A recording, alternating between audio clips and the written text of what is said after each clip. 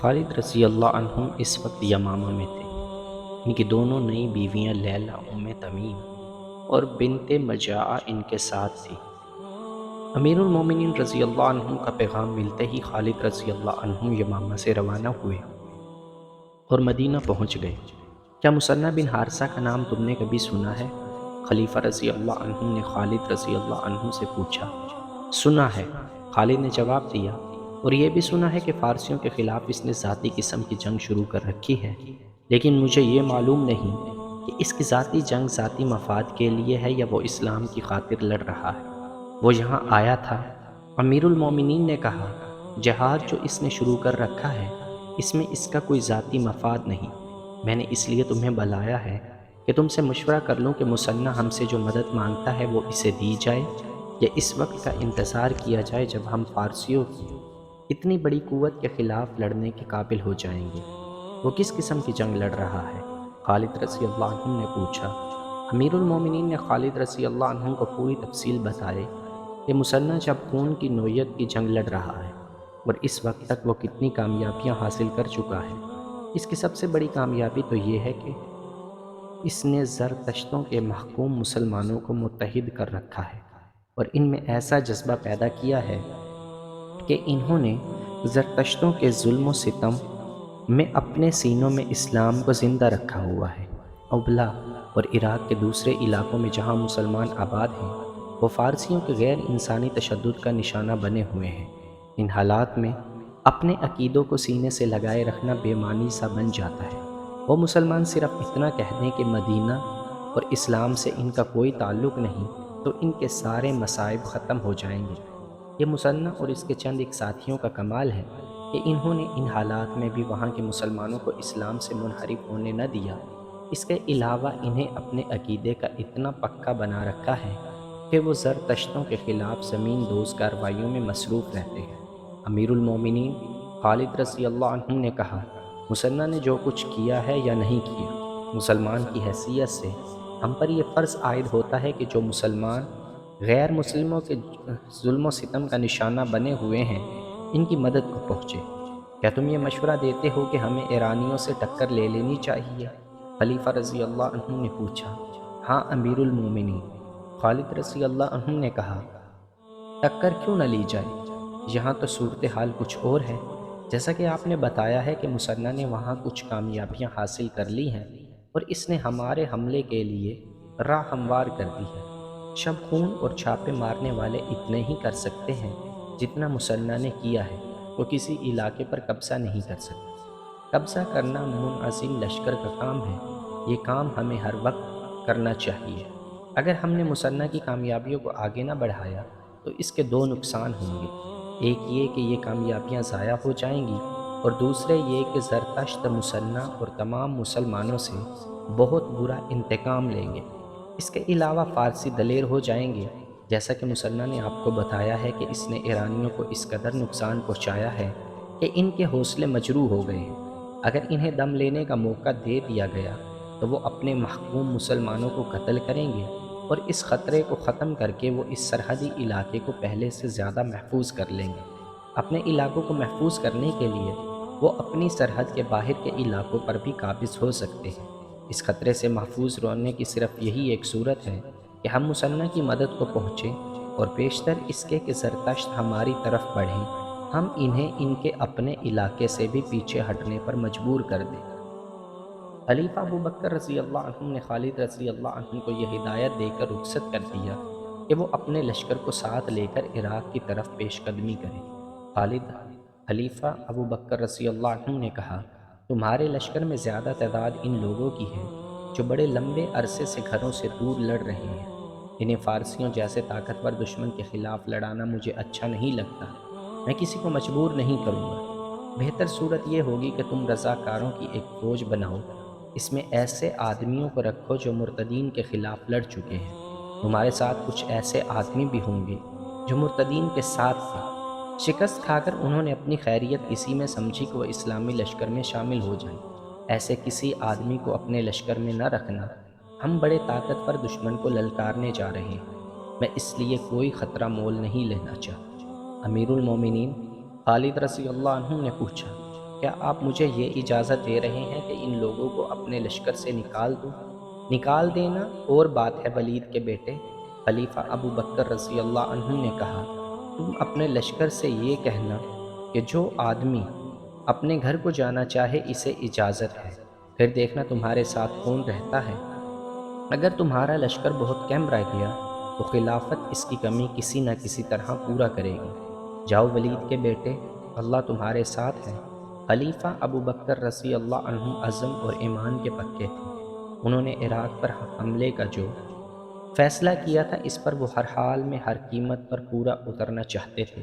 خالد رضی اللہ عنہ تو چاہتے ہی یہی تھے کہ انہیں لڑنے کا موقع ملتا رہے۔ انہوں نے خلیفہ کے ارادے کو اور زیادہ پختہ کر دیا۔ عراق کے اس علاقے میں جہاں دجلہ اور فرات ملتے ہیں مسلمانوں کی بستیاں تھیں، یہ مسلمان مجبوری اور مظلومیت کی زندگی گزار رہے تھے۔ اب وہاں کی صورتحال یہ ہو گئی تھی کہ وہ پہلے کی طرح مظلوم اور مقہور رہے جسے وہ چلتی پھرتی لاشیں ہوں، لیکن ان کے گھروں میں ایسی سرگرمی شروع ہو گئی کہ وہ چھپ چھپ کر برچھیاں اور کمان بنانے لگے۔ انہیں مثنہ بن حارثہ کی طرف سے جو پیغام ملتا تھا وہ سرگوشیوں میں گھر گھر پہنچ جاتا تھا۔ مثنہ کے چھاپا ماروں نے عراق کی سرحد سے دور ایک دشوار گزار علاقے میں اپنا اڈا بنا رکھا تھا۔ برچھیاں اور تیر و کمان جو گھروں میں چوری چھپے تیار ہوتے تھے وہ رات کی تاریکی میں اس اڈے تک پہنچ جاتے تھے۔ بستیوں سے جو جوان آدمی بھی غائب ہونے لگے، ایرانیوں کی سرحدی چوکیوں پر اور ان کے فوجی قافلوں پر مسلمانوں کے شب خون پہلے سے زیادہ ہو گئے۔ یہ مسلمان درِ پردہ ایک فوج کی صورت منظم ہو رہے تھے اور اس فوج کی نفری بڑھتی جا رہی تھی۔ یمامہ میں خالد رضی اللہ عنہ کی فوج میں صورتحال اس کے الٹ ہو گئی۔ خالد رضی اللہ عنہ نے جب اپنی فوج میں جا کر یہ اعلان کیا کہ جو کوئی اپنے گھر کو واپس جانا چاہے وہ جا سکتا ہے، تو اس کے 10,000 نفری لشکر میں صرف 2,000 آدمی رہ گئے۔ 8,000 آدمی مدینہ کو روانہ ہو گئے۔ خالد رضی اللہ عنہ نے خلیفہ کے نام پیغام لکھا جس میں انہوں نے لکھا کہ ان کے پاس صرف 2,000 کی نفری رہ گئی ہے۔ خالد رضی اللہ عنہ نے زور دے کر لکھا کہ انہیں فوری طور پر کمک کی ضرورت ہے۔ امیر المومنین ابو بکر رضی اللہ عنہ اپنی مجلس میں بیٹھے تھے کہ خالد کے قاصد نے انہیں خالد کا تحریری پیغام دیا۔ خلیفہ رضی اللہ عنہ نے یہ خط بلند آواز سے پڑھنا شروع کر دیا۔ اس سے ان کا مقصد یہ تھا کہ مجلس میں ان کے جو مشیر اور دیگر افراد بیٹھے ہیں وہ سن لیں تاکہ کوئی مشورہ دے سکے۔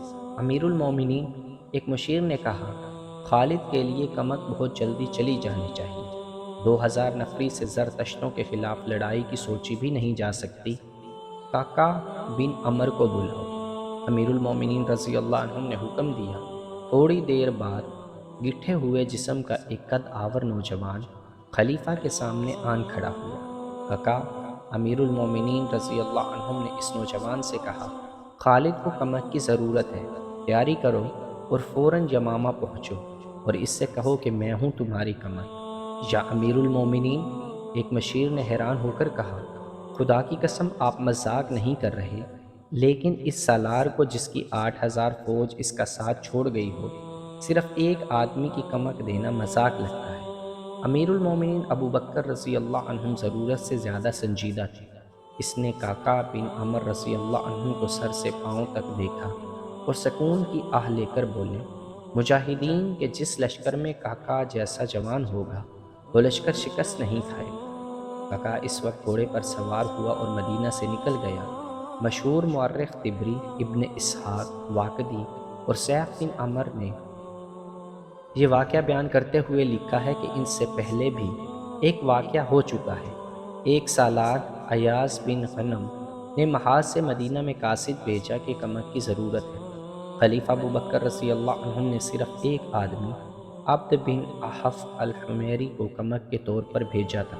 اس وقت بھی اہل مجلس نے حیرت کا اظہار کیا تھا اور امیر المومنین نے یہی جواب دیا تھا جو کاکا رضی اللہ عنہ کو خالد رضی اللہ عنہ کے پاس بھیجنے پر دیا۔ حقیقت یہ تھی کہ خلیفہ ابو بکر رضی اللہ عنہ خالد رضی اللہ عنہ کو مایوس نہیں کرنا چاہتے تھے، لیکن مدینہ میں کمک نہیں تھی۔ صرف یہی ایک محاذ نہیں تھا، اس وقت تمام کے تمام مشہور سالار مختلف محاذوں پر لڑ رہے تھے اور یہ ساری جنگ ارتداد کے خلاف لڑی جا رہی تھی۔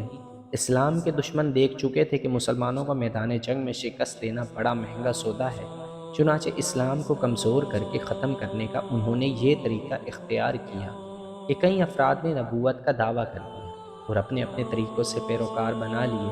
متعدد ایسے قبیلے جو اسلام قبول کر چکے تھے اسلام سے منحرف ہو گئے، اور اسلام سے انحراف کا یہ سلسلہ تیز ہوتا جا رہا تھا۔ ارتداد کے فتنے کے پیچھے یہودیوں کا ہاتھ تھا۔ خلیفہ ابو بکر رضی اللہ عنہ کی خلافت اسی فتنے کے خلاف برسر پیکر رہی۔ اس فتنے کو واضح اور تبلیغی لیکچروں سے نہیں دبایا جا سکتا تھا، اس لیے مسلح جہاد کی ضرورت تھی۔ یہ جنگی پیمانے کی مہم تھی جسے سر کرنے کے لیے مدینہ فوج سے خالی ہو گیا تھا۔ کمزور محاذوں کو کمک دینے کے لیے دوسرے محاذوں سے فوج بھیجی جاتی تھی۔ امیر المومنین نے خالد رضی اللہ عنہ کو صرف ایک آدمی دینے پر اکتفا نہ کیا، انہوں نے دو طاقتور قبیلوں مفر اور ربیہ کے سرداروں کو پیغام بھیجے کہ خالد رضی اللہ عنہ کو زیادہ سے زیادہ آدمی دیں۔ صرف ایک آدمی قعقاع بن عمرو رضی اللہ عنہ جب خالد رضی اللہ عنہ کے پاس پہنچا تو خالد اپنے خیمے میں غصے سے ٹہلتے ہوئے کہا، صرف ایک آدمی؟ کیا میں نے امیر المومنین کو بتایا نہیں کہ میرے پاس صرف 2000 لڑنے والے رہ گئے ہیں، اور خلافت مجھ سے توقع رکھتی ہے کہ میں فارس کی اس فوج سے ٹکر لوں جو ذرہ میں ڈوبی ہوئی ہے؟ میرے سالار قعقاع رضی اللہ عنہ نے کہا، میں 8000 کی کمی پوری نہیں کر سکتا، خدا کی قسم کوئی کمی رہنے بھی نہیں دوں گا۔ وقت آنے دے جس رسول اللہ صلی اللہ علیہ وسلم کا کلمہ پڑھتا ہوں، اس کی روح مقدس کے آگے تمہیں شرمسار نہیں ہونے دوں گا۔ میں یمامہ میں بیٹھا نہیں رہوں گا۔ خالد رضی اللہ عنہ نے ایسے کہا جیسے اپنے آپ سے بات کر رہے ہوں، مثنیٰ میرا انتظار کر رہا ہے، میں اسے اکیلا نہیں چھوڑوں گا۔ لیکن خالد خاموش ہو گئے۔